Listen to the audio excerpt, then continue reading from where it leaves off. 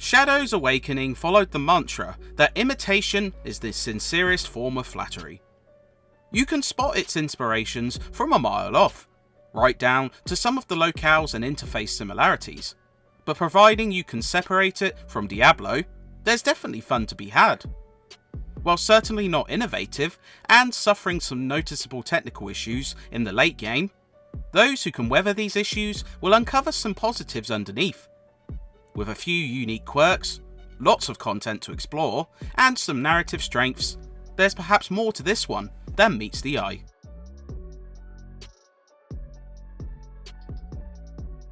Players take the role of a Devourer, a demonic spirit who can absorb the souls of dead heroes and transform between their spirit world and the physical realm. Revived in order to fight a similarly demonic cult known as the Pentanera, you travel across the world of diverse lands and cultures, looking to stop the world-ending plan the group of Devourers have in store. It's a rather dense narrative, with each location opening with an exposition dump from, of all people, Tom Baker. While it feels a touch dense at points, there's some interesting twists along the way that keep you gripped, while some outlandish characters add charm to the plot. It's not the most memorable setup, but it gets the job done. You also have flexibility in how you act around individuals, and depending on whether you help others or serve yourself, you can earn one of 3 endings, encouraging multiple runs. A conspirator in the ruination that threatens the heretic kingdoms, and the most unlikely of alliances that might yet save us all.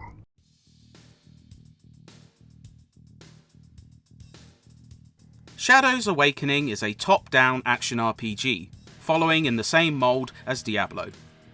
Players begin by choosing one of 3 classes, Barbarian, Hunter or Mage, and trek through dozens of destinations while hacking everything along the way.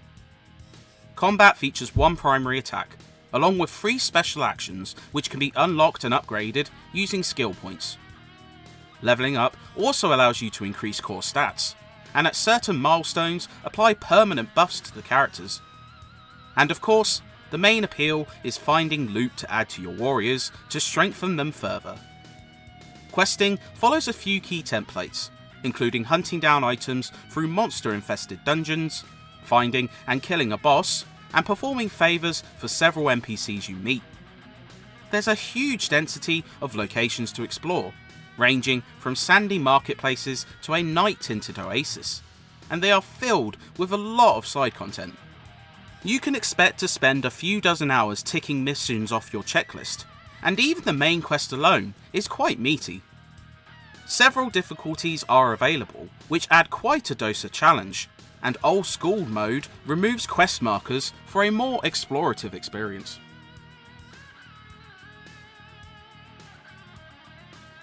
But Shadows separates itself from the pack through its classes and how the Devourer ties them together. While picking an initial class, you'll eventually gain other puppets to control, including a troll-esque archer, monstrously sized zombie, and a werewolf tank. Up to 2 extra classes can be added on, allowing you to instantly switch between them with a touch of a button, which can also let you combine skill effects to devastate enemies in combat.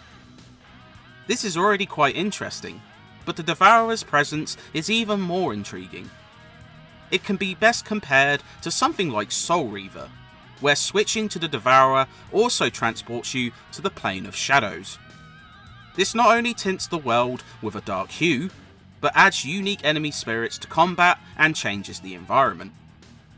This is a key part of puzzle solving, as important switches are often tucked behind walls only the Devourer can pass through, or over gaps which become filled in the Shadow world. The swap is instantaneous, and it adds another unique wrinkle to the proceedings that is quite compelling. Did I do that? Or did you? Thou thinkst there is a difference? I am no demon. Thou art mistaken.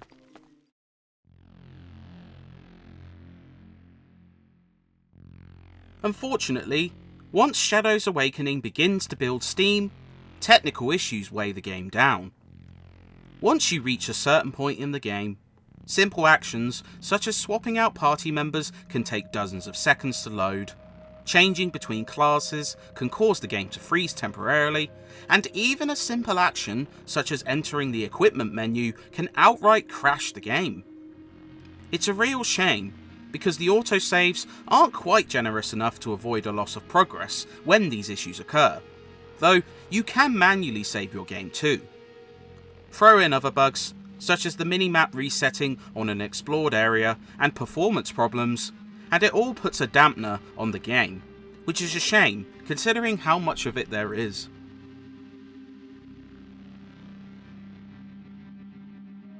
Shadows Awakening certainly wouldn't have the budget of a Diablo game, but it looks decent all things considered. Environments are well lit and varied, and transform nicely when entering the Shadow Realm, feeling familiar yet unsettlingly altered. Characters, even main classes, look pretty basic though, and while combat looks flashy in spots, the performance chugs are a bit unsightly. The sound is good, with a plethora of decent voice acting and lots of well-written dialogue. The music is fairly nondescript, but gets the job done when necessary, and the effects are not too bad, though the repetitive jingle when tracking a quest or entering a new locale gets old fast.